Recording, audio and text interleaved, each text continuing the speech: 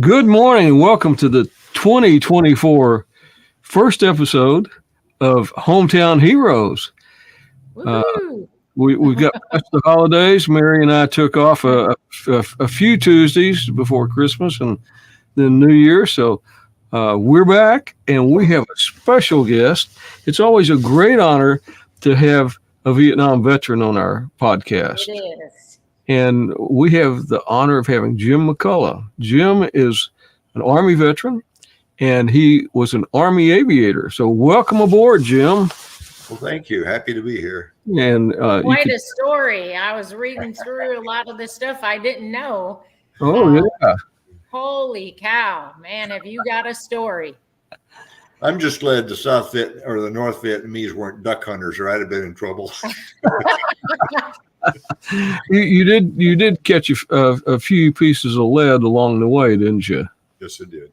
And so you're from Indiana. Yes. Okay. I grew up in the northwest corner of Indiana. Okay. Up where it snows right on the end of Lake Michigan. You know, I came down here and people say, "Would you miss the snow?" And I go, "Yeah, but I'm getting over it." Yeah.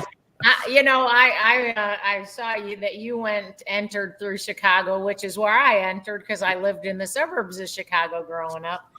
And I don't miss the winters, not even one day. Got one. Can have that stuff. Yeah. Did you grow up in the city or on a farm or? Well, my parents were both from farm families. And so when I was a little kid, we lived out on a farm. We didn't raise anything. We lived out there. But the guy that ran the farm had cattle and all kinds of stuff. So my sister and I, we'd go out with the cows and stuff and mess around. And when I was 5, we moved to town. So I had a little exposure both ways. And all my cousins were living on farms. So every chance we got, we'd go out there. And so I had the best of both worlds. That's good. That's a good way to get raised, isn't it? I have such fond memories of going to relatives' farms and being around the horses and cows and chickens and snakes and all the critters. So you went to high school, finished high school kind of early, didn't you? At 17? Yeah. As it worked out, I started first grade when I was 5. Back then, you could be 6 years old on or before November 1st and get started. So my birthday was October 28th, so I was just under the wire. And so as a consequence, I was 17 when I graduated high school. And off I went to Purdue. Had a marvelous first semester. I actually passed one course. and I was really too immature, to be going. But anyhow, back then the draft boards were taking people shortly after they turned 18. And I could have gone back to school on probation, but I wasn't really ready for that. So I got to thinking, well, the Army's going to grab me. And maybe if I volunteered, I could find something that would be a better deal than infantry. My dad he was a World War II guy. He said, stay out of the infantry. And he was an artillery guy. But anyhow, I went up to Chicago and I started talking to the recruiters and they said, you give you a bunch of tests. They says, oh, you're doing real well on the test. You can go to OCS. Well, without a college degree, the only 2 OCSs that were available were infantry and armor. And I didn't know the first thing about armor, but I remember what my dad said, stay out of the infantry. And, whether you're wearing stripes on your sleeve or a bar on your collar, infantry is still infantry. So I said, well, maybe not, And they said, well, hold on. You made such good scores here. You could be qualified to go to flight school. And I had never been off the ground in anything. Like I said, I jumped off the garage roof into a big pile of leaves, but that was the extent of my flying. And, there goes my dog. But anyhow, I said, well, fly airplanes. Oh, that sounds like something interesting. And then they pointed out to me that 90% of the pilots in the Army are helicopter pilots. And I knew nothing about helicopters, but, it's just kind of a mystery how they fly. And it seemed like this was like in the late late part of the year of 65, it seemed like it was making news every time a helicopter got shot down. And I had no idea that they could come down safely without an engine. So the recruiters gave me a book that kind of explained how helicopters fly. And they introduced the concept of auto rotation.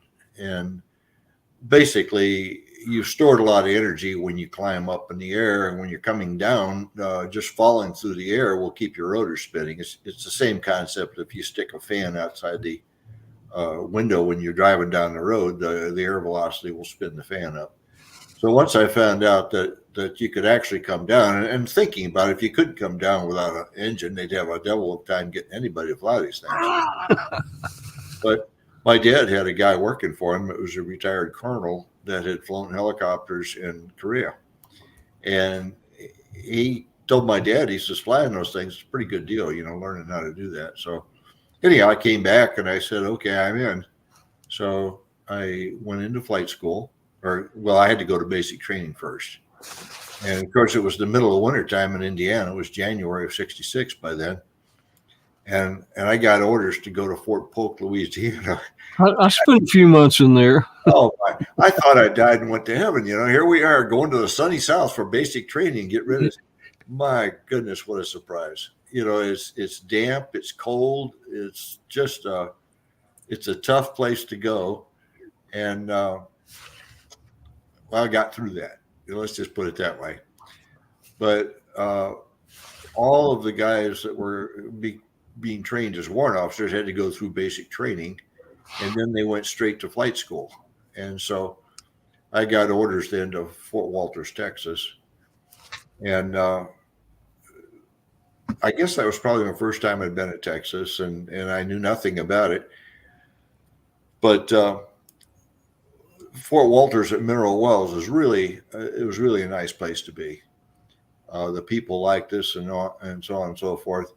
The thing was, we had a lot of stuff to learn. Going from basic training where you're not doing much thinking for yourself to going into a position where you have to not only be trained to fly, but you have to be able to run a mission. So we started off, the first month was no flying. It was like you go to classes on the customs and traditions of the military, classes on map reading. A lot of guys had never been out hiking around in the woods, and so it was a learning experience. But also, you're being trained as an officer. So there was things like when you went to the mess hall, you had to have, it was kind of a cafeteria style thing, but you had to have 4 guys sitting at a table before anybody could start eating. So if you had 3 and the next 4 guys in line were all buddies and they were going, you were kind of stuck until you could lure a 4th person to your table. So after a while, we got pretty smart. We get groups of 4. Come on, we're all going to sit together. But we found out that there was no reason to have chairs in a mess hall because you didn't need a back. Your back was not allowed to touch the back of the chair while you were eating. And some people had to be taught basic table manners. I mean, you can't use your thumb to load peas onto a fork, and you couldn't speak with your mouth full, and you couldn't chew with your mouth open. I mean, you'd think that everything that everybody's mother would have taught them would have been second nature, but it wasn't necessarily for everybody. But they had these guys kind of wandering around, and there was always consequences. I mean, if you did something wrong, there was going to be consequences, and it may be consequences for the whole table. So nobody wanted to be the guy that screwed up.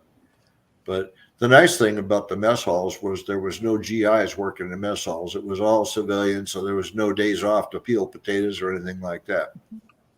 But we finally got through that first month, and there was a lot of the harassment started because it was going to be a tough course. And if you couldn't bear up to a little pressure, it just wasn't going to be the right job for you. But we went along, and the last Friday of the first month was called pre-flight. The last Friday of that month, they went through everybody's paperwork. You were going to have to get a secret clearance and make sure that you didn't have any relatives still living in Yugoslavia or something. And they got to me and they looked at me and they said, well, you're not 18 and a half. I said, well, you got to be 18 and a half to fly. So they looked, and my birthday, whatever it was, 28th of April or whatever, my birthday was going to fall on Wednesday. So the next Monday, Tuesday, Wednesday, everybody was going to be flying for half a day, but I couldn't fly because I wasn't 18 and a half. So they said, oh, don't know if we're going to have to recycle you back to the next class or what, you know. So there was a bird colonel that was running Fort Walter. So the question went to him. So all weekend I sat there not knowing if I was going to stay with my class or what the heck. And the colonel thought about it. And if you miss 3 days of flying, you're automatically recycled. The intensity of the training was just such that if you got 3 days behind, you couldn't catch up. So finally, they decided that I could not fly on Monday or Tuesday, but Wednesday would be the 28th, and my birthday was the 28th. So therefore, I could fly on Wednesday. So everybody goes off flying. They come back all excited and stuff, you know, and I'm sitting there on the bench, you know, learning nothing. And so Wednesday, I finally got to fly. So I kind of started, you know, a little bit behind the curve. And I always laughed about that. You know, you have to be in the military to understand, well, you're not 18 and a half, but 2 days later, you're going to be okay, you know. But I don't know if I was supposed to be gaining maturity or what. But anyhow, I got to fly. And the most difficult thing about flying a helicopter is learning how to hover.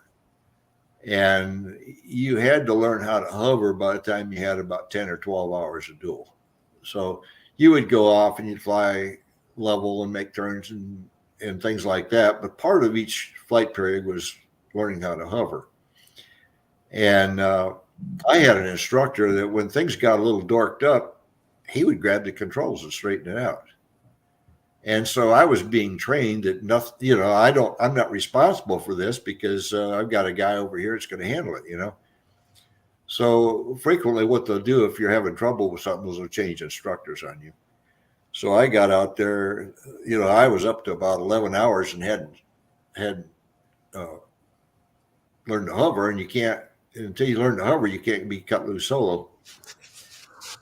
And solo, learning to hover, it's kind of you don't just kind of sort of learn it. It's all of a sudden click, it comes on and you got it.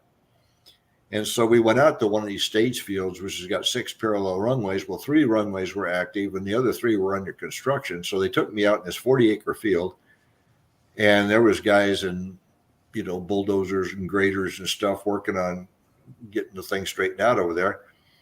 And I got this new instructor and he says, okay, he says, today you're going to learn how to hover. He says, you're going to hover, not learn how, you're going to hover. And I thought, bud, you haven't seen anything yet.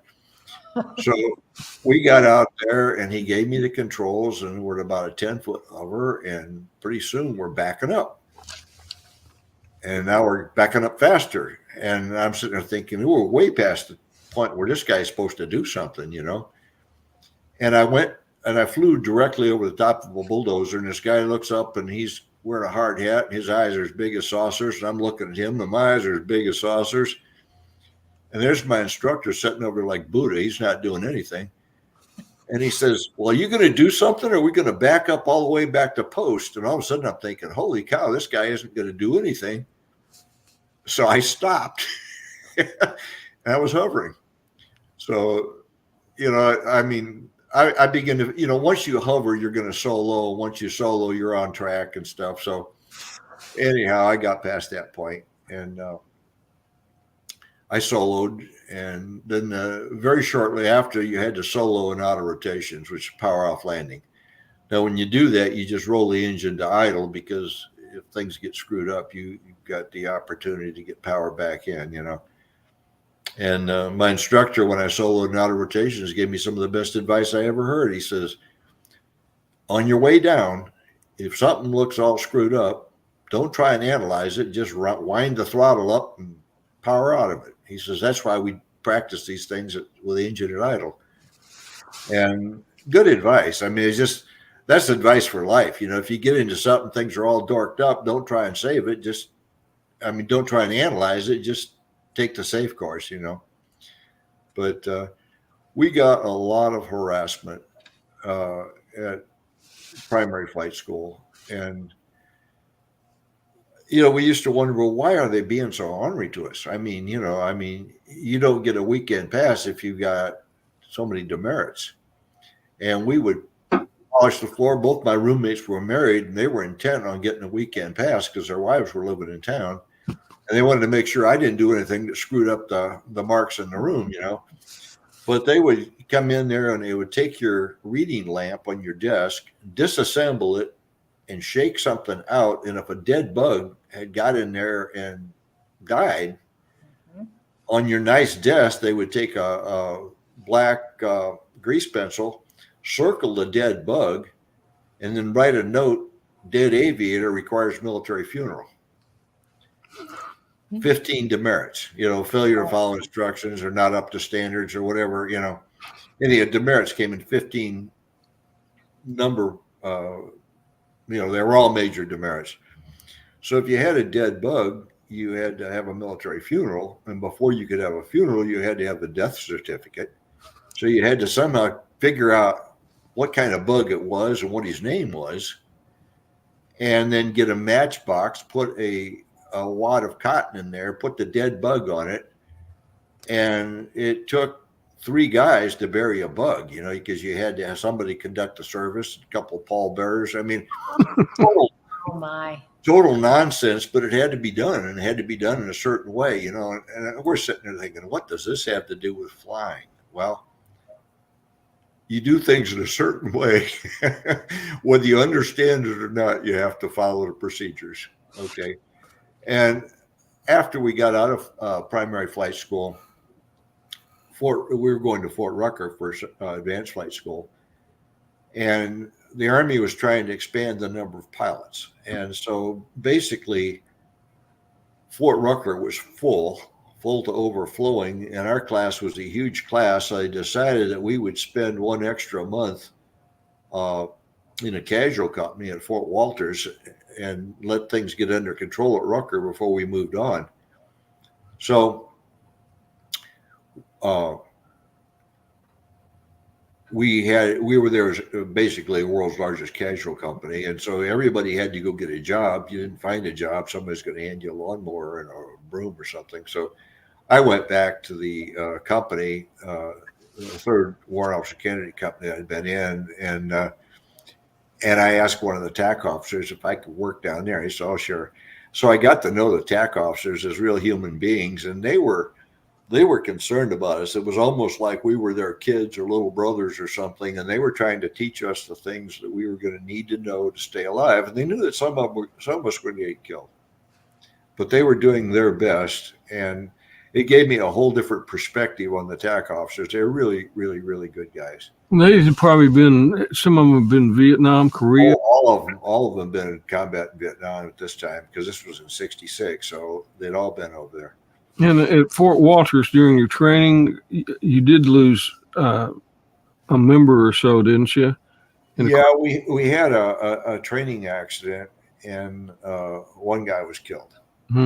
And that was pretty much a surprise. I mean, people don't normally get killed at Fort Rucker, or excuse me, at Fort Walters, but it was just an unfortunate thing. So there was around 300 of us. So one guy got killed, and I mean, you're just kind of thinking that's not supposed to happen, but it's also a reminder that it's a deadly, I wouldn't say a deadly game, but it's a deadly thing that we're working in. Aircraft can kill you. Yeah, very dangerous. And then at Fort Rucker, you lost some more. We did. At Fort Rucker, there was an unfortunate accident where 2 students and 1 instructor were flying a Huey and got killed.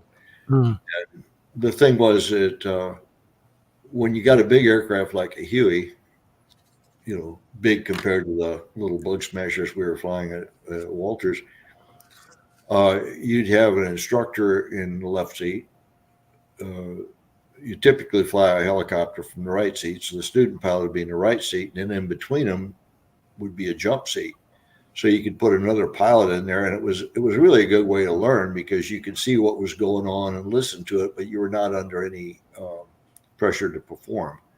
So it was 2 students and 1 instructor that and it was a mechanical failure of the aircraft. The mast broke. Just, things are not supposed to happen. The aircraft had previously been in a crash and the mast had been damaged, and maintenance had not picked up on that. Everything seemed to be okay, but it was the first flight after the maintenance test flight that on takeoff to the rotor separated, and of course then you just ride in a kerosene can to the ground.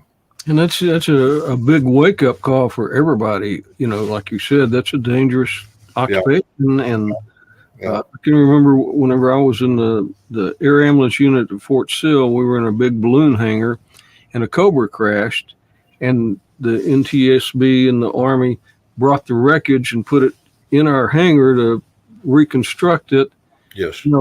All day long, we'd have to walk past that wreckage, and then get out in the helicopter and think, is that going to happen to us? Yeah. Well, I had a negative experience where we were transferred from Fort Walters to Fort Rucker. We were given a couple of days to drive. I don't know, it's 800 or 900 miles, whatever it is. And so I had an MG sports car. I mean, if you're a pilot, you're supposed to have a sports car, right? My dad loaned me the money to buy one when I soloed, because I knew I was going to graduate then. And so a buddy of mine and I were going to take my MG and drive. Well, I had two other friends that had motorcycles, and one of them shipped his motorcycle, and then the other one decided he'd double up, and so there were going to be two on this one bike, and they kind of asked if they could tag along with us, and we said fine.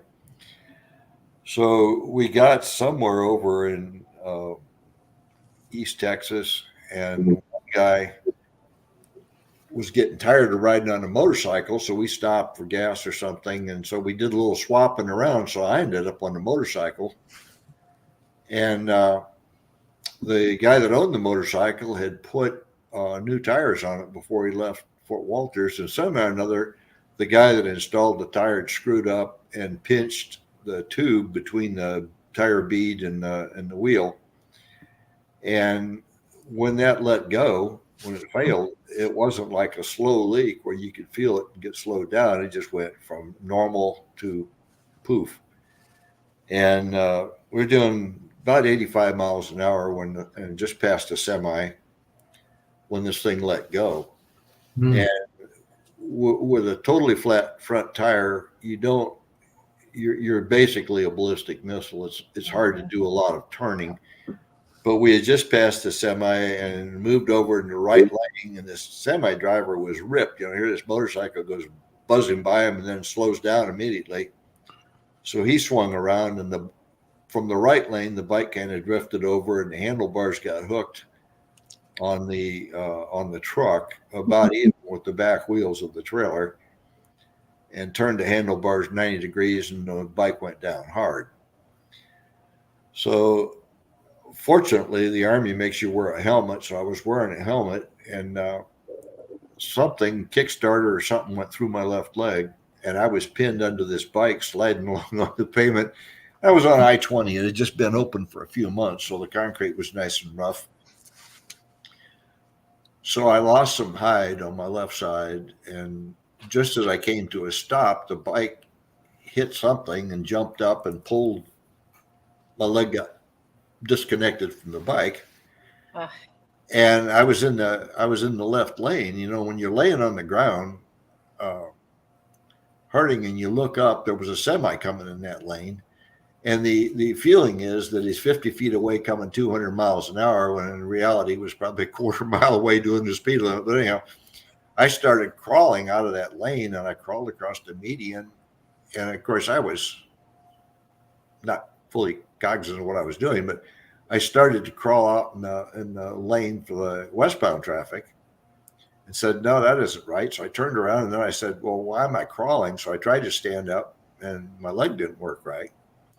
So the first guy that stopped was as luck would have it, this was before cell phones and everything. He was a doctor who'd been in the Navy, and he had a CB radio in his car. So before he even got out of the car, he made a call for an ambulance. So he comes over, and I don't know how he knew I was in the Army, but anyhow, somehow we chatted for a minute, and he spread out this Navy blanket. And he says, "I hope an Army guy doesn't mind laying on a, you know, any blanket looked pretty good, you know." So I was laying there waiting for the ambulance to come up. Of course, as soon as his doctor stopped, a whole bunch of people stopped, and it was midday or something. Anyhow, the sun was in my eyes, so I had my eyes closed, and this lady comes up. And she goes, "Ooh, is he dead?" That got my attention. So anyhow, these two guys picked me up in the ambulance, and we're running down the road heading for Monroe, Louisiana, which was a few miles away. And I hurt so bad I didn't know whether to laugh or cry, so I started telling jokes. And so we pulled up to this hospital, and we're all laughing, you know. And the guy that was driving the ambulance, he turned around because they had checked my driver's license and saw I was from Indiana. So we get up there, and the guy says, "Damn," he says, "no wonder you Yankees won the war."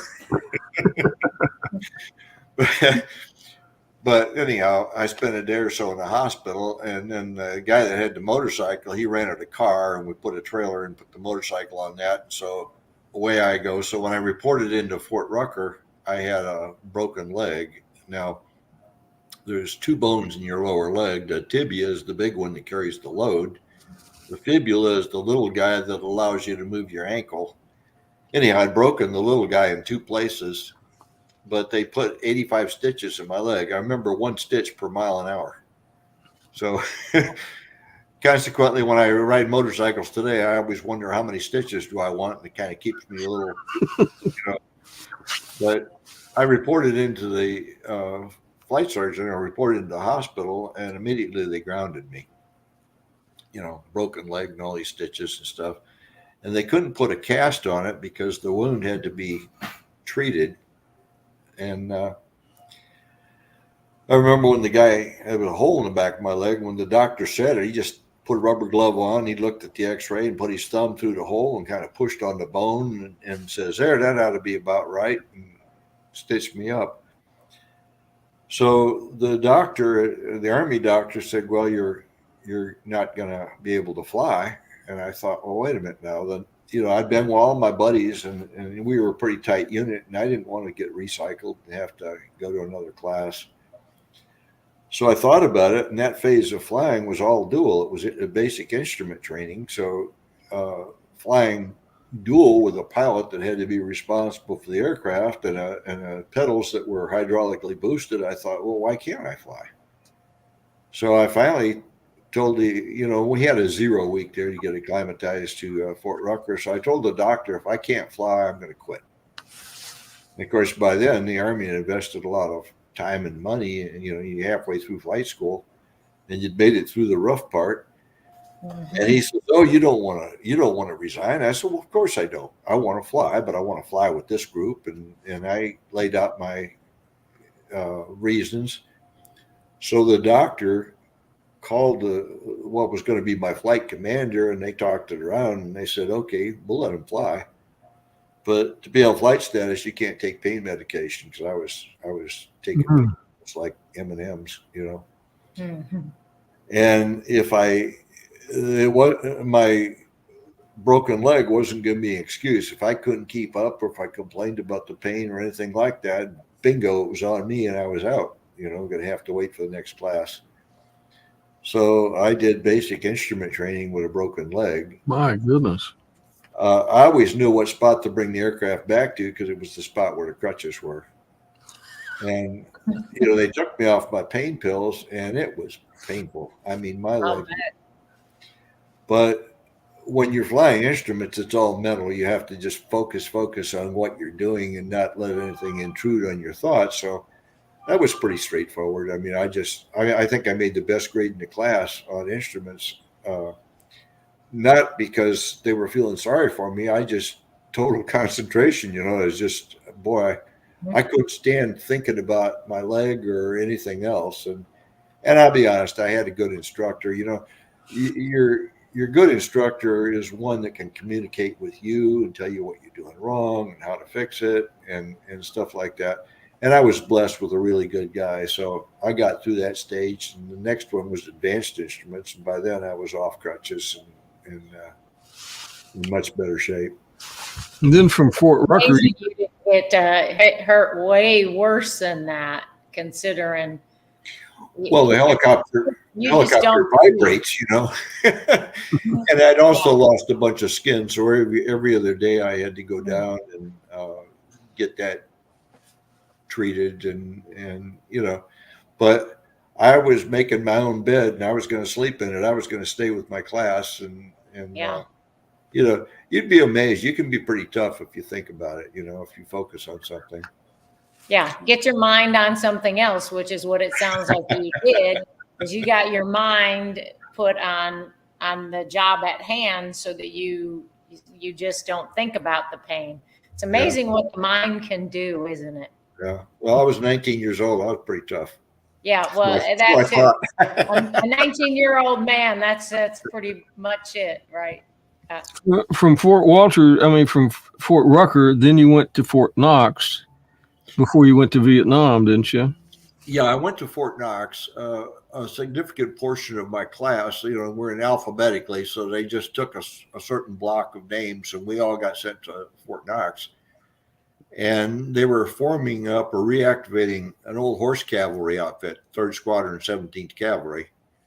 And at the same time, the 7th Squadron, the 17th, was being formed there. So there was a lot of my classmates there, and Fort Knox was just wonderful. You know, all the Mickey Mouse BS had gone away. Now we were being trained to go to war. All of our platoon leaders had been in Vietnam before. My platoon leader was a guy by the name of Gary Luck, and he was a great guy. He'd been special forces, and then he went to flight school and went to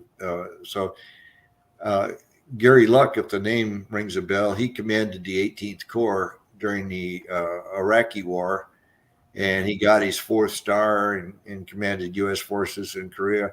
It was, to me, it was always great knowing Gary and what he was. He was all Army, all business. Whatever we were doing was full throttle. He was a top shelf kind of guy, and it was just a real blessing to see him advance all the way up to a 4-star general. Wow. Yeah. Whenever you left with your group at Fort Knox, and then you went to Vietnam, but you didn't fly over there. I mean, they brought an old troop ship, the USNS General Walker, and it had been in the mothball fleet. The last time it had been used was bringing Marines home from Korea. Now, imagine coming home from Korea, you'd ride in a canoe if that was what it took, you know. But this was not a modern ship, but it was designed as a troop ship. And the enlisted guys got to sleep in their own hammocks. The officers, we were in a room, I'd say about the size of my living room, and it had 42 junior officers in there. There was 7 stanchions that were 7 bunks high. And if you ever think about it, do you want a bottom bunk, middle bunk, top bunk? And I didn't want somebody's foot in my face climbing up to their bunk, so I elected to take a top bunk. So, but the bunks were so close together, you could just barely turn over in your bunk without bumping the you know, whatever was above you. And what was above my bunk was a deck that was exposed to sunlight. So it was a piece of steel, maybe a 1/2 inch thick, I don't know. But during the day, it would warm up pretty good, and it would just radiate heat. Of course, there's no air conditioning on this ship. So I had to stay up till about midnight before my sleeping quarters was cool enough to go to sleep. Oh. But all of the meals on the ship, there were 5 settings for every meal. So I was in the 4th setting, which means that I had a late breakfast, late lunch, and late supper, which worked out perfect for my inability to go to sleep until late. Army or the Navy ate well. I'm telling you, there was good food, plenty of it, and you know, it was really a different world. But the ship was so crowded. I think there was about 6,000 people that were non-crew members on this ship, and we were crowded. I mean, wherever you went, you were bumping into somebody's body. You know, the only place on the ship you could go and have room to swing your arms was each day we'd go up in small groups up on the deck, maybe 100 guys would go up there, and you'd spread your arms out and stuff to where you could do jumping jacks and push-ups and things like that. That was the most space you had. The showers were saltwater showers, but they made a little fresh water, and there was they would publish that the shower rooms were numbered, and maybe from 9:15 to 9:30 in the morning, you supposedly had fresh water. So everybody'd go in there and soap up with salt water. And they turned the fresh water on. And by the time you worked your way out through all these squirming bodies to get out, you'd almost make it out. And they turned the salt water back on. So salt water is sticky stuff to take a shower with, but you get used to it. But we got to Vietnam. We stopped at Okinawa, or we stopped at Subic Bay. We were supposed to go to Okinawa, and there was a big storm in the Pacific, so we went to Subic, and then from then on to Vietnam. And so the ship started up toward the DMZ, whatever the first town is up there, and we'd stop, and 1,000 guys or so would get off, and then we spend the night in port, and then during the next day we chug on down and dock up to the next place, and another 1,000 guys get off, and so on. So I was in, I think, the last group to get off, and we went down to a place called Vung Tau, which is not too far from where the Mekong River dumps into the South China Sea. And there was no port there. I mean, the ship anchored a couple miles out, and they got these LCIs, these landing craft infantry, and come alongside the ship. Of course, those things are bouncing up and down like a cork. So they had these little stairways that went down the side of the ship, and the stairway ended, and the little boat would be there, and you'd throw your duffel bag down, and you'd jump on the pile of duffel bags. You better get out of the way, because the next guy's duffel bag was coming right behind you. Loaded these things up, maybe, 60 guys on a boat, ran us up to the beach, door flopped open, and we picked up our bags, and knee-deep water, we wandered up to the beach. I always laughed. It was like, MacArthur, I shall return. We're out there in the middle of no place, carrying duffel bags, walking up to an empty beach that's got a lot of brush and stuff on it. And, of course, we don't know first thing about the enemy situation. We've all got pistols, and there's not one bullet between 100 of us. And so pretty soon these guides came up, says this way, and we walked up to a place where they had put out pure steel planking, and pretty soon these Chinooks came in, and we got picked up, and it was probably 60 miles or so up to Saigon. So my introduction to Vietnam was hanging out the back gate of a Chinook, watching the world go by, and it was really pretty interesting. But thunderstorms all around, it was October, still in the monsoon season. So we got up to Saigon, and they put us on some buses because we were headed for a place called Xi'an. It's DIAN, but it's pronounced Xi'an.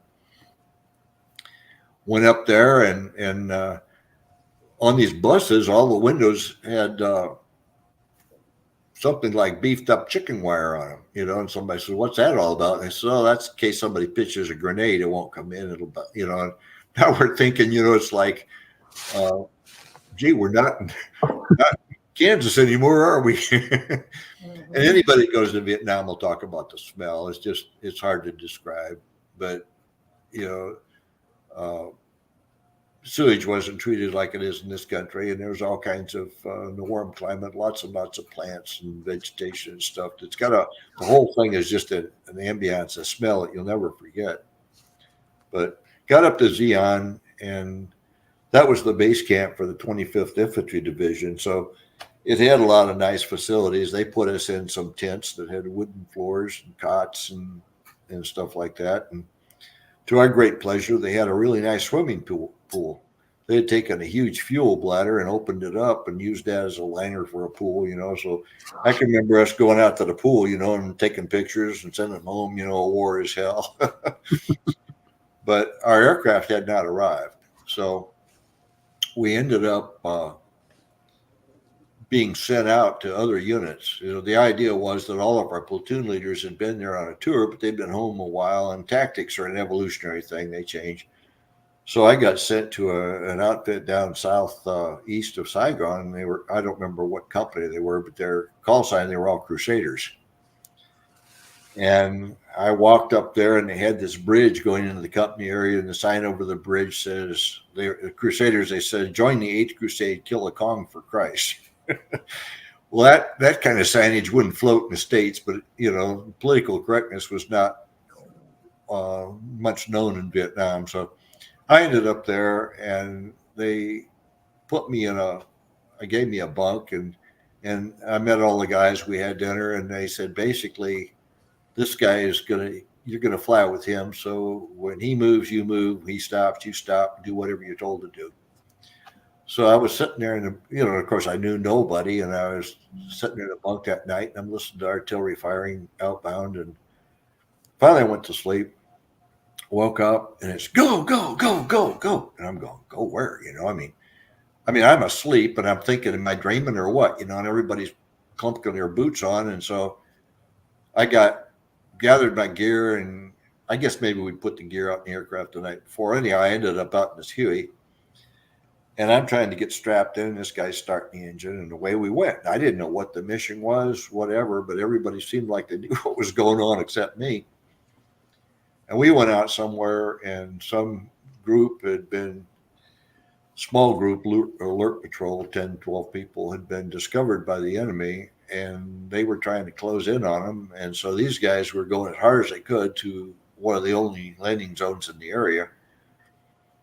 And we went out there and we landed, and as we're going in to pick these guys up, all of a sudden there's tracers going every which way, and some of them were green tracers. I'd never seen that. Well, that's a Chi-Com weapon. They use green tracers. So we got our guys gathered up and headed back, and I was sitting there thinking, this is pretty crazy. I didn't know the area. If the guy I'd flying with had been shot, I wouldn't have known which way was home. Of course, I was on a frequency, so I'm sure somebody would, But that was my first introduction to combat. So after a week or so, and that was the only thing I got involved in with the Crusaders that first night that was, worth talking about.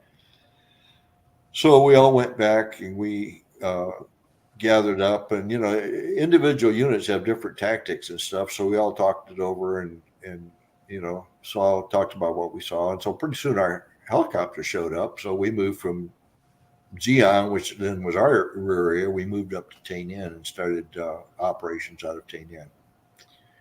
And things kind of started slowly. And one night we decided that somebody decided we were going to dump an ambush patrol in alongside a river.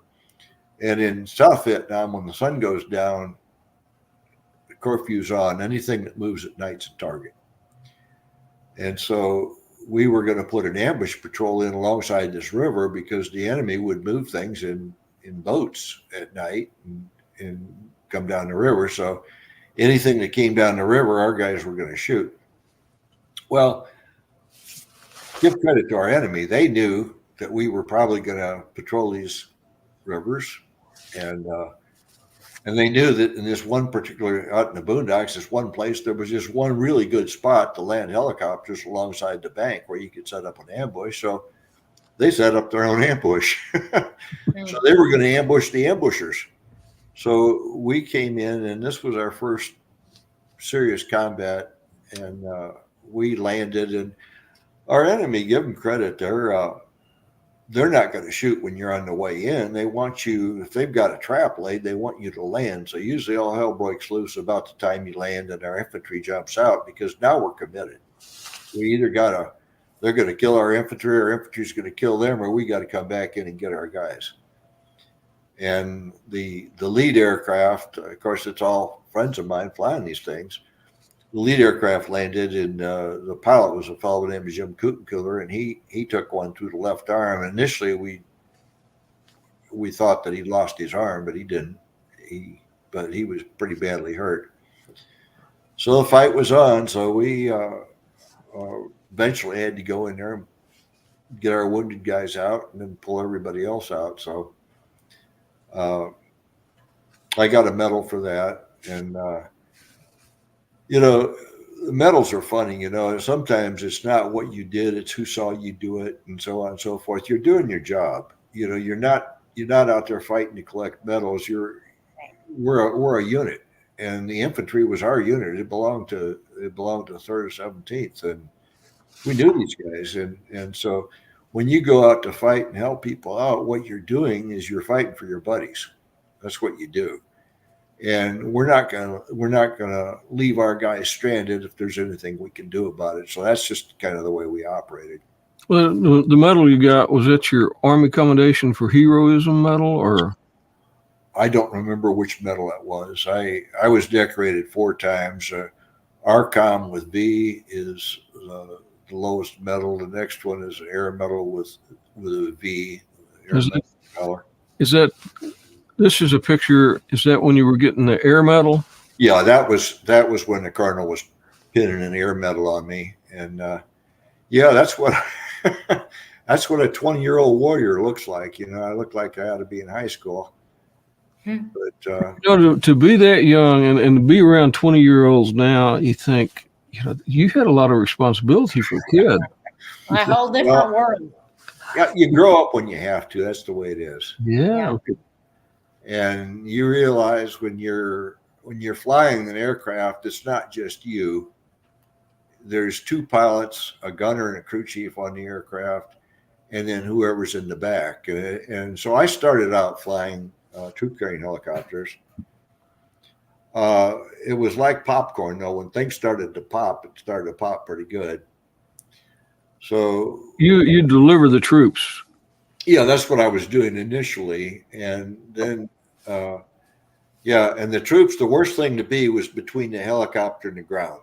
That was when they felt vulnerable. Now this helicopter is hovering.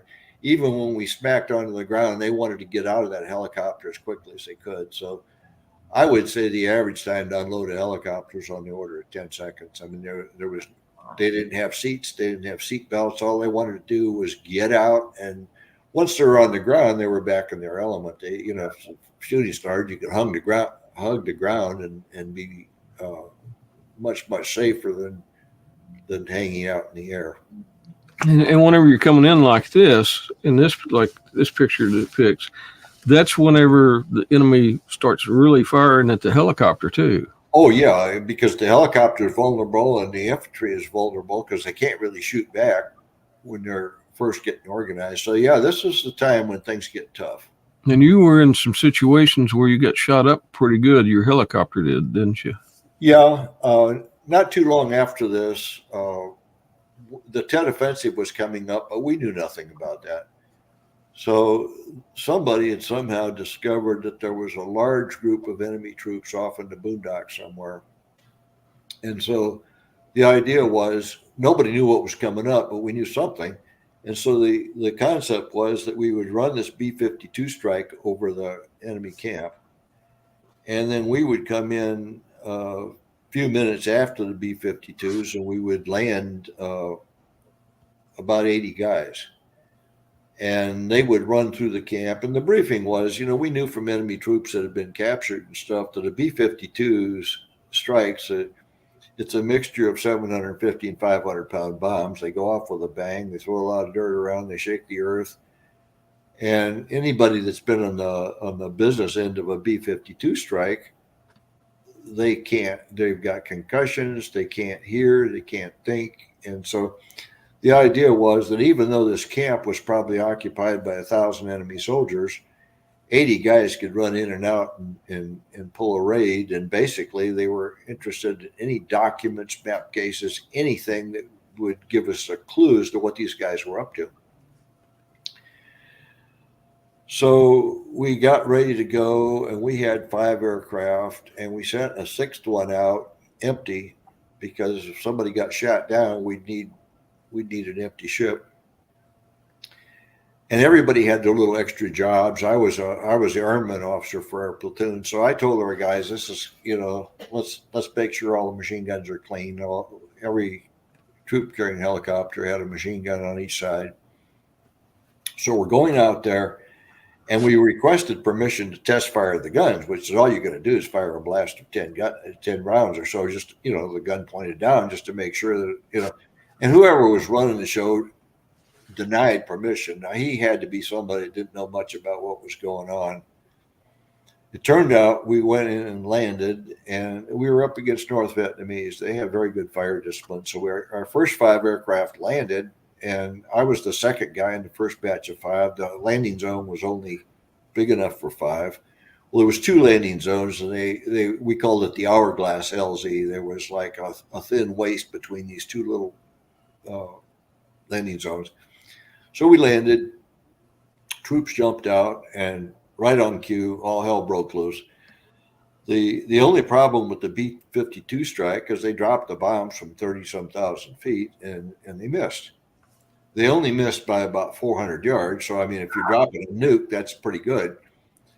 But as it was, the B-52 strike had the effect of throwing a cherry bomb into a hornet's nest.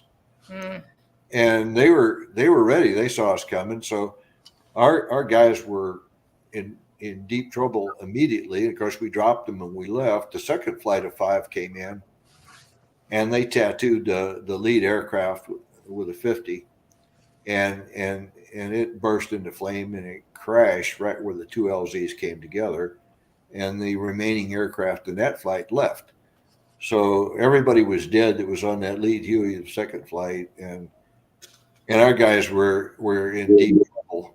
We had scouts and stuff down there, and they said North Vietnamese were fixing bayonets and getting ready to sweep the landing zone. So we had to go in and get them. And this is when I discovered that my door gunner had a single-shot M60 machine gun. He cleaned it and put the gas cylinder plug in backwards, which meant the thing, gas-operated machine gun, doesn't work very well with the piston backwards. So we landed, and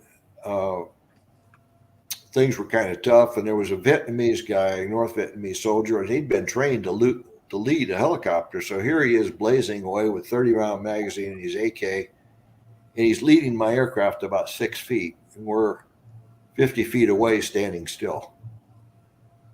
And I'm kind of coaching my my door gunner.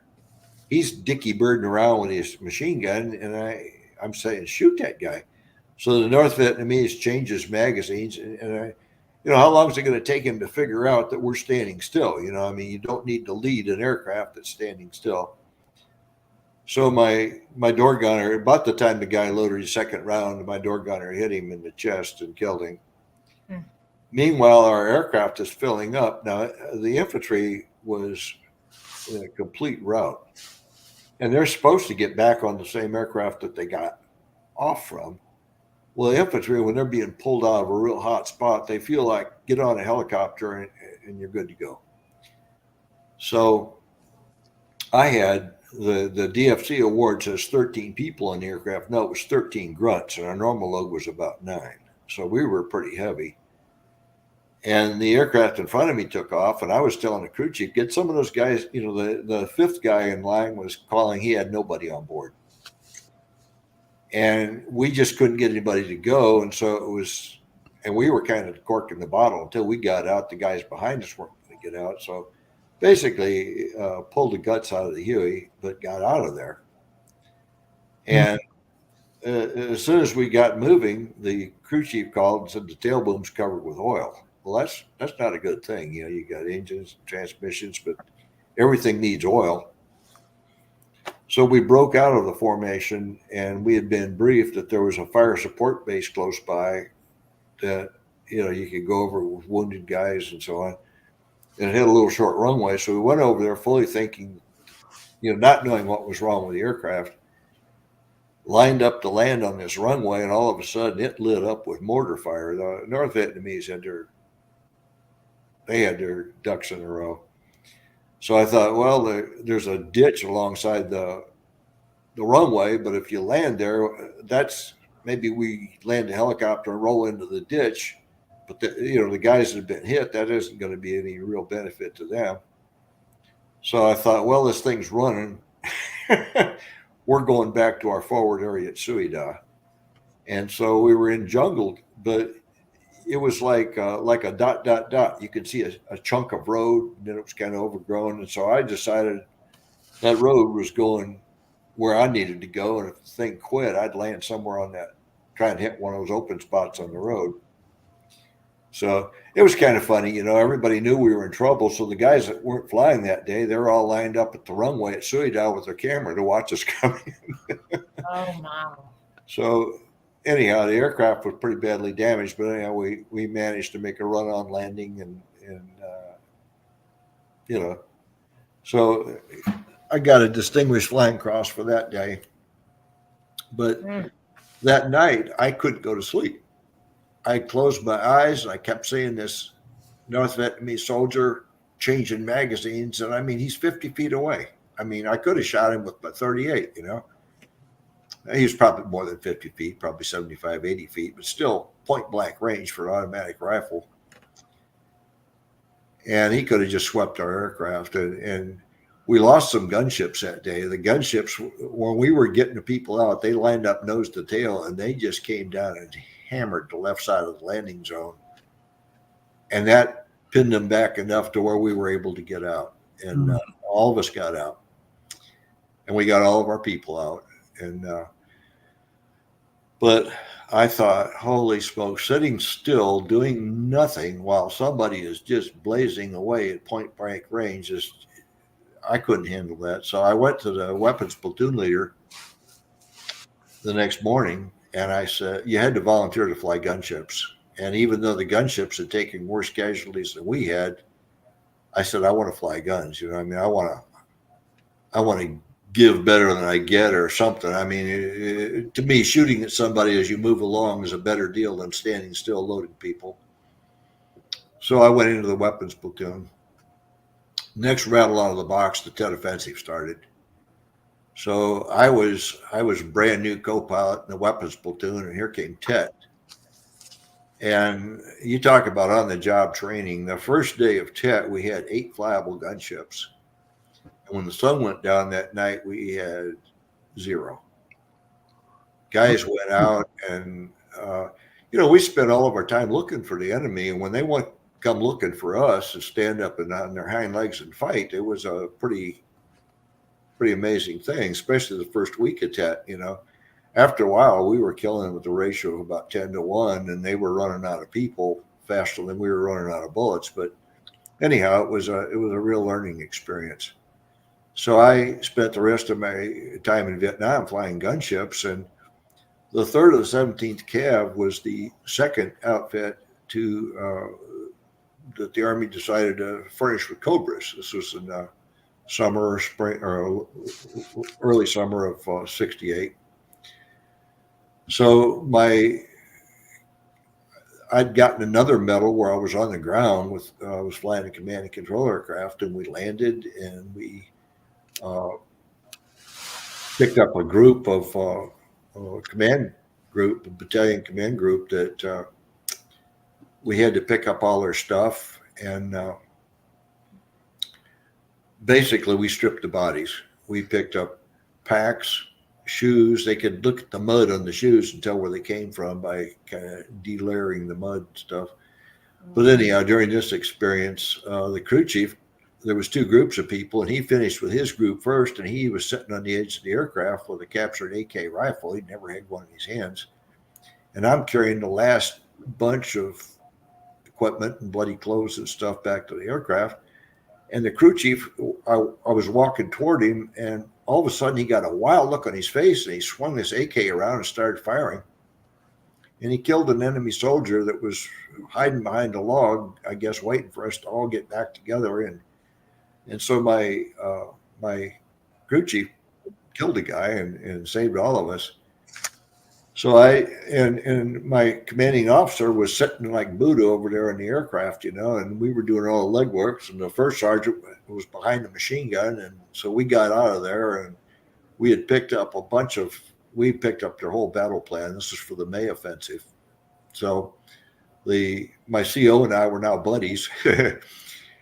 And so he called me in when the Cobras were coming in, and he says, it was like a big deal. I mean, Cobras were just a showstopper at those days. We'd heard they were air conditioned, but nobody could believe that.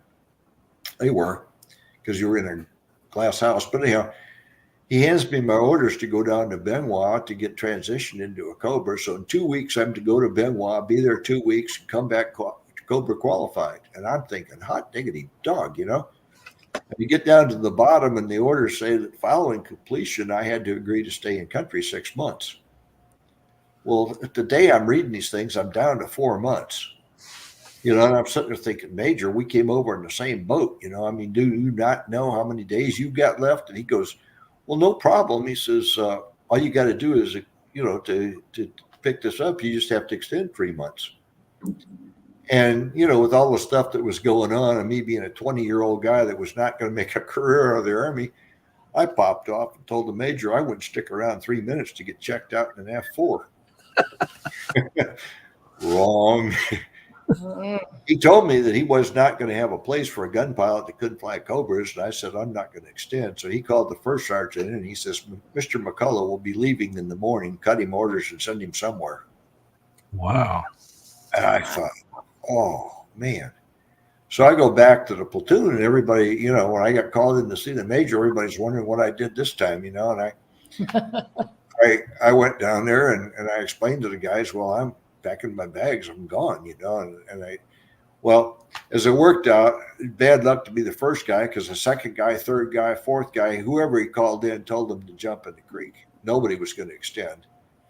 So what they ended up doing was they brought in a bunch of Cobra qualified pilots that knew nothing about Vietnam, and basically the gun pilots that were there had a walking, talking autopilot that flew the aircraft, and the existing gun pilots flew front seat, made all the decisions, and so I'd have been one of those, except that I was the first guy, and so I ended up going to the 116th Assault Company, which is a completely different outfit. It's one gun platoon, 2 lift platoons, and all their job is to move troops around, and no scouts, so the guns had to be the scouts, and so on and so forth. So when I went there, the CO made a deal with me. He says, well, because our equipment's different and our mission's different, he says, we'll have you fly co-pilot in gunships for a month, meet all the other aircraft commanders, and then at the end of the month, you'll be a aircraft commander. So that's the way it worked out. So most of that stuff was just normal troop movements, but I got into a deal toward the end of my tour. Without scouts, the gun pilots had to go down and look things over. And so we were going into a village that they had like a soccer field on one side. So when you fly over a village with gunships, you can pretty much watch the people and tell how things are going to be. If everybody just continues on whatever you're doing, it's going to be a ho-hum day. If the people hitch their water buffalo to a cart and start loading their belongings, there's going to be a fight. Well, we got to this village and they skipped all the cart stuff. And I mean, the water buffalo is the most valuable thing they had. And everybody had a noose on the front of their water buffalo and somebody with a stick on the back beating it on their butt. And they were hightailing it out of town. And I said, whoa, this is going to be bad. So I called the command and control aircraft. I was the fire team leader. And I said, we'd not briefed an artillery prep on the landing zone. I said, we better get some artillery on this one. And so that request went to the next highest headquarters. No, that's a friendly village. We can't shell it, So we ended up putting our first lift in there. And so a platoon of lift ships was about 10 aircraft. And so they go in and true to form, they land, nothing happens. Troops jump out and all hell breaks loose. And so like a minute behind them, here comes the next platoon. And what we were doing was putting in, 160 guys as a blocking force. There was already some fighting starting up on the other side of the village. So I because our guys were taking all the fire from the left, I said, well, I'll take the left side, and I assigned one of the guys the right side of the LZ and somebody else the far side. And we're going to come in there and escort our group of guys. Now, here's a picture. Well, everything was going to go pretty normal until I looked up, and I'm flying on the left side of the flight, and I looked up, and we're coming F4, and he was on a bombing run. And of course, when their guys are trying to hit a target on the ground, they're looking down at the target, and then they're going to drop their egg and pull the nose back and go. And so I'm going to end up just about nose to nose with a guy that's coming along. He thinks he's got clear sky in front of him, and here I am. And I say, well, this isn't going to work. Now, things are happening pretty fast. So I'm 400 or 500 feet above the ground, getting ready to do diving fire to put rockets into this bamboo that's along the left side of the landing zone. And all of a sudden, I realized I can't do that. So I did kind of a slam dunk, and I got down 10 feet off the ground, and I kicked in a bunch of left pedal to put the aircraft in a side slip, but then I had to counteract that with right stick. So I'm flying along kind of cattywampus with the nose pointed toward the bamboo, but my path is just above the ground, parallel to the bamboo. And by then, all of our guys are reporting taking heavy fire from the left. So I did something I'd never seen or heard of before, but I was in a position where I just fired rocket after rocket after rocket after rocket running down. And I'm 10 feet off the ground. My rotor is just a few feet away from the bamboo that's about 15 feet high. And my left side rocket is going out about one helicopter length in front of me and going off about 2 feet high in the bamboo. My right-hand rocket is hitting the bamboo about 10 feet off the ground, 2 helicopter lengths. So that's giving a nice air burst. And I moved both of my door gunners over to the left side, so they're pouring machine gun fire. And this bamboo is just full of trenches and fighting positions and stuff. Now, all the guys in the bamboo, the enemy soldiers, they're looking out in the field at the helicopters and the infantry that's already there, and they're not expecting the helicopter to come by at point blank range. So we knocked them down pretty good. But now I come to the end of the field, and I've got to do something. And I'm below the level of the bamboo, and my left seater yells, "Pull up!" And I was totally focused on rocket firing, so I pulled up, and the rotor got over the bamboo, and most of the fuselage did. We kind of went through it, and the next thing, we were right on top of an enemy 51 caliber 12.7 millimeter machine gun, and the barrel was pointed just about straight up. And he was out there really for F4s. He wasn't expecting to see me. And we went right across the top of him, kind of diagonally, and he fired. But he was a quarter of a second late. My body had already passed over the muzzle, but 2 of his rounds went up through my right-hand rocket pod. So the aircraft it lit off. I had 2 rockets left, and as luck would have it, at least one of them, the motor lit off. So I've got a tiger by the tail. I've got a lot of thrust coming out of my right-hand rocket pod, and that was kind of challenging. So I flew treetop level across this village, and pretty soon the rocket motor burned out, and we're back under control. And I said, "Is everybody okay?" And there was dead silence. And I looked in the back, and I'd had both gunners, the crew chief and the gunner, on the left side, and the crew chief had taken a hit through his calf, his leg. I think they were standing on the skid or something while they were shooting, but anyhow, he had blood running down his leg, and it was not arterial blood, but I mean, he was bleeding, and everybody was kind of focused on him. So I headed back to our base at Coochie, and I called operations, and I said, well, I'm going to drop my crew chief at the hospital, and then I'm going to maintenance. So I need a new rocket pod, and I need a new crew chief. And so we went in to dropped Billy off, and I went into maintenance, and they found another rocket pod. And so I was on the ground an hour and a half or so. They were looking the aircraft over, and it had some holes in it, but no control tubes or, nothing that prevented us from flying. So we got the aircraft going, and the rest of the day was just kind of a blur. But I would have to tell you that was the most devastating, satisfactory rocket run I made in my entire life.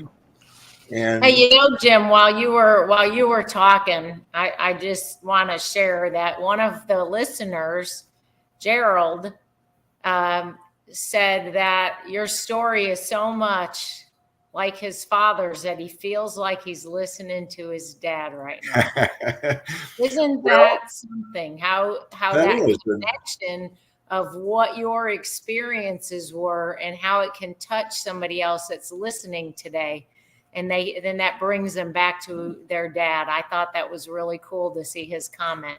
Oh, absolutely. And there was lots of pilots, and we all fought like tigers to save our buddies. That was what we were doing. There was no political ideology about it. Yeah. My dad was a World War II guy, and he's gone now. And there's questions I would like to ask him. He wouldn't buy a Japanese car, and he wouldn't buy a Japanese lawnmower. He didn't like the Japanese very much, but there's questions I would like to ask him, and my son is kind of interested in my career. And I told him once, I said, there's things that probably ought to die when I go. And, but he's very interested, and the war wasn't the most popular thing that ever came along. But I will say that right now, the people that come up to you when you're wearing a military hat that says veteran or something, the people will just come up to you and say, thank you for your service. It makes me feel good. That was not the way we were welcomed home. No, it wasn't. And sadly but true, that wasn't the way you were welcomed. So I finished my career in the Army. I went back to Fort Knox, and I was there about 14 months, and the Army came along, and I either had to take an early out because a lot of the pilots were not staying for a career, or I could go voluntary indefinite, in which case I could pick a school and they'd send me back to Vietnam. So I thought about it for about 15 seconds, and I said, okay, I'm out of here. So I ended up leaving the Army, and I went to work for Bell Helicopter. And I worked for them for just a few months shy of 40 years. And I worked an experimental flight test, and I did a lot of aircraft development things and stuff. So I'm one of the few guys you'll meet that actually learned a skill in the Army that, there's not much market for machine gunners unless you want to go to work, for a drug company in Mexico or something. Yeah. Yeah. I worked for Bell, and I had a great career and met a lot of people, and I traveled all around the world for Bell. And so I'm really blessed for the education I got from the Army, the things I learned, and for learning how to fly. And I worked with a bunch of wonderful people, both in the Army and at Bell. So you survived the war. Yep. And you came back and contributed a lot more to our country by working at Bell Helicopter, making the helicopters. And in talking to you last night, you knew a friend of ours, Dwayne Jose. Yeah. Oh, Dwayne. Yes. Yeah, Dwayne we were not on the same level at Bell Helicopter. He was vice president of marketing, and test pilots worked in the engineering department. But when Bell when they developed new products and stuff, it was usually the test pilots that did the development work that went out on the first marketing effort. So when we took aircraft at Paris Air Show or Farnborough or anything like that, that was when a guy like me would interface with a person like Dwayne, who was head of marketing. He was such a gentle person. I mean, he was amazing. He was a World War II pilot, and then came to Bell and was part of establishing the Jet Ranger. Yes, he was the daddy of the Jet Ranger, Yeah. which led to tremendous growth in the commercial aviation, both for Bell and for other companies that supported that. Dwayne was kind of old school, though. You know, if you got crosswise with him, he had an amazing command of the English language. He did. And he wasn't afraid to use it. When he got done explaining something to you, there was no confusion about what the message was. We lost Dwayne. We lost him a few years ago, and he's a guy I really miss. And just a couple of months before he died, he left me a voicemail, and I never have erased it. Yeah. And every once in a while, I'll be going through my voicemails and hear it and hear Dwayne talking again. But that's precious, precious man. I really appreciate the roll call organization too. That's that's part of the beauty of the roll call. That's a healing ground for a lot of people. It absolutely is. And one of our good friends and members, Doug Peterson. He was. Do you know Doug, Jim? He was a. I can't say that. The name rings a bell, but I can't put a face. He was a dust-off pilot in Vietnam, and he was at Fort Knox, but probably in the 90s.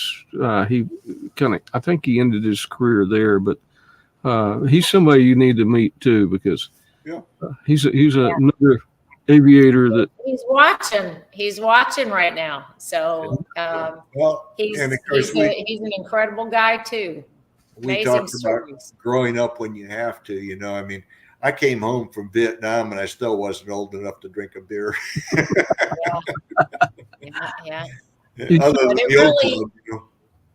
It really, Jim, is the stories that connect us, so everybody, I always say that everyone has a story and every story matters, because each of the stories work together because we have a mission and you have to go accomplish that mission. Yes. And so whatever part in that you play, and people don't think that the folks back home played a big role, but if the people in the States or wherever else in the world they were serving when you were in Vietnam doing your job, if they weren't doing their jobs, they could have impacted your ability to do your job. So every one of those stories and every one of those people in that line all helped that war fighter. They helped you accomplish your mission and come home. Yeah. And they're sometimes the unsung heroes. Yeah. Well, here this fall we had a class reunion, and only 36 guys in our class managed to show up. There's a lot more that are people that are still alive, but I mean they've got health issues or their wives do or whatever.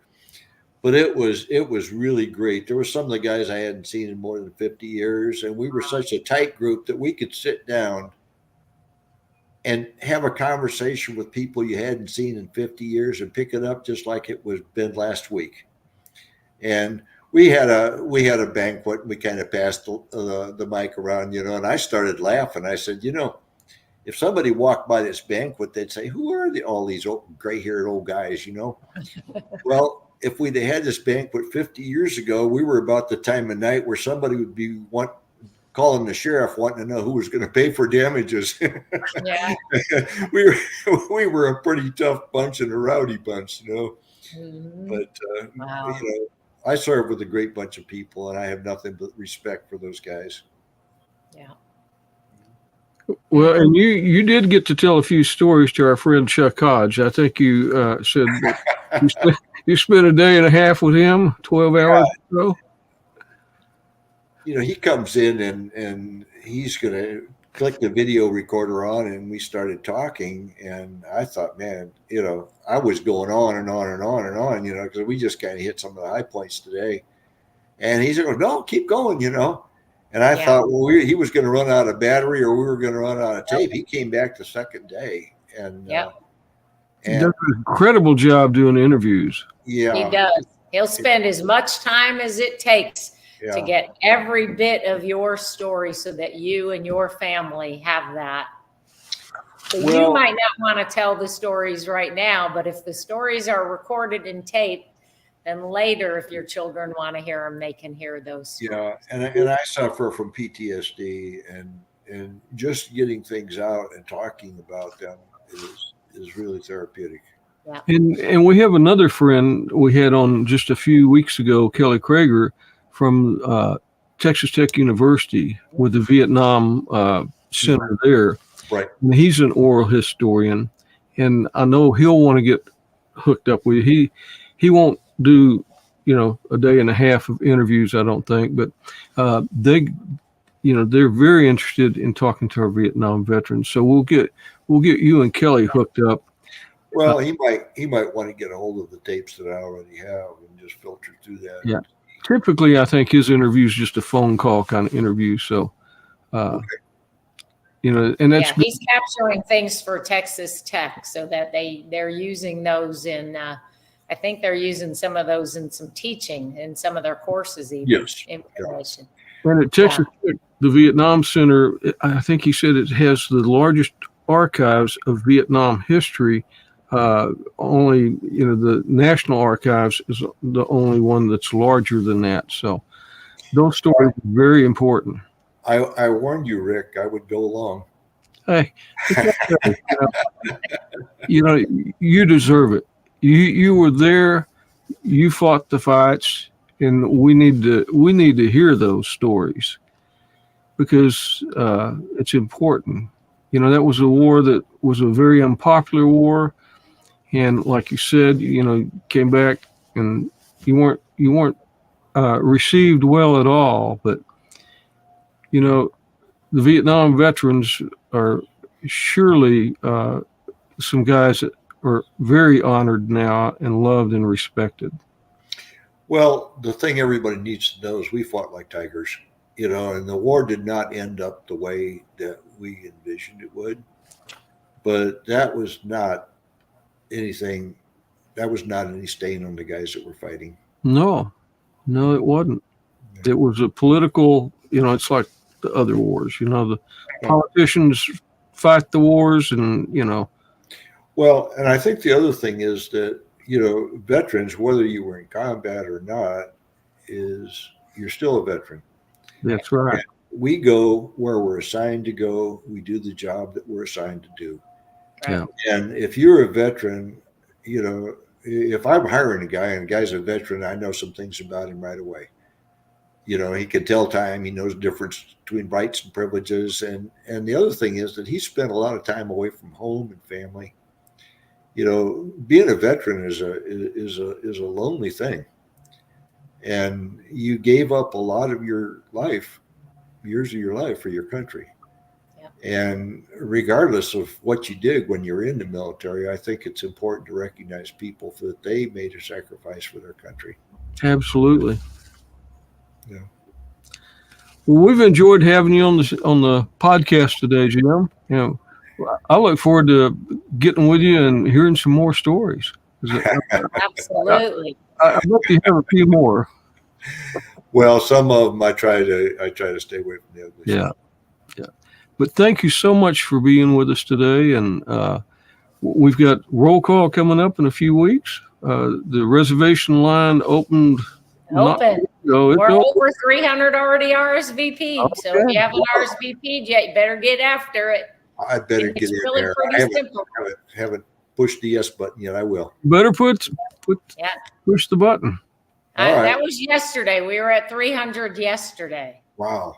Okay. Yeah, and we opened it on, I think it opened, Bill Henry just chimed in. He needs to hook up with He needs to meet you. We spent a little time over there in Southeast Asia and Vietnam. So yeah. the guy that usually wears the Cav hat there. Oh yeah, I met him. I complimented him on his hat. I like that hat. Yeah, he's a good guy. But yes, those are $100 hats, Yeah. The luncheon is coming up, and it's going to be a little bit different as we don't have a dedicated speaker. We have some real neat things that we're doing. Every January we do our Vietnam veteran pinning for those Vietnam vets that have not yet been pinned. If you're and I'll be sending something out to get everybody to respond, so I kind of have an idea of how many we're going to have. But we are going to do that a little bit differently with actually reading, because we haven't done that in the past. Actually reading the proclamation that comes with that. So we'll be doing that, and we'll be bringing up those veterans to be pinned. If there's any vets that have lost their pins or their certificates and need a replacement, we'll be able to provide those as well. We also have one of our World War II veterans, Vernon Mitchell, who will be receiving a decoration from the French. And so there is a group from France coming in to honor him for his service in World War II over in France. And then we are going to close out our Operation Paul Schwartz in kind of a unique, neat kind of a way, because, you know, our goal was to raise $35,000 because we had our generous donor, Mike Reppert, who and his wife, who said, we'll write a check up to $35,000 if you guys can raise that much. Whatever you raise up to $35,000, we'll match it. So that was the first time we ever did a matching campaign, and the generosity of all of the folks that was shared with and the people that love and honor Paul. We far exceeded, not in my wildest dreams did I think that would happen, but we far exceeded the goal of $35,000. And you did pretty quickly from December to the 31st of December. Right. And we hit the 35 before the 31st of December. So it was absolutely amazing. So we're going to close that out properly at the next luncheon. So it's going to be really neat and a lot of things going on. But we do need folks to RSVP. We've had a lot of folks that we know of that are in the room that did not RSVP, and they're taking a seat away from someone who did. And this lunch is going to be very full. And so we're changing up some procedures for how we bring people in the hall to try to hold the people that did not RSVP until we seat everybody who did. And then if we have open seats, then we'll let those folks in that didn't RSVP. But we absolutely are just going to be jam-packed. So real important, if you want to be at the lunch, make sure you get out there RSVP. If you have trouble, contact us on the info@roll-call.org or call us at the number that's on the website, and we'll be happy to walk you right through it. And if you didn't get an email, you don't know where to go, just go to our website, roll-call.org, and right below the mission statement, and great big, now we moved it up, we made it big. It's a big blue button, says RSVP. Just hit that and answer the questions. And remember that you are always guest one. And if you're bringing anyone else with you, then they're 2, 3, whatever numbers you're bringing with you. So we look forward to seeing folks, and it's going to be a great lunch. Very good. All right. We'll get Jim to talk at one of our lunches. Yeah. We just have to give him a shorter timeline, so we have to be very particular. Jim, thank you so much for being here today. And Mary, it's good to see you. We had a little hiatus for a couple of weeks. Enjoyed the holidays, and we're back. So we're back. We will see you next week on Hometown Heroes.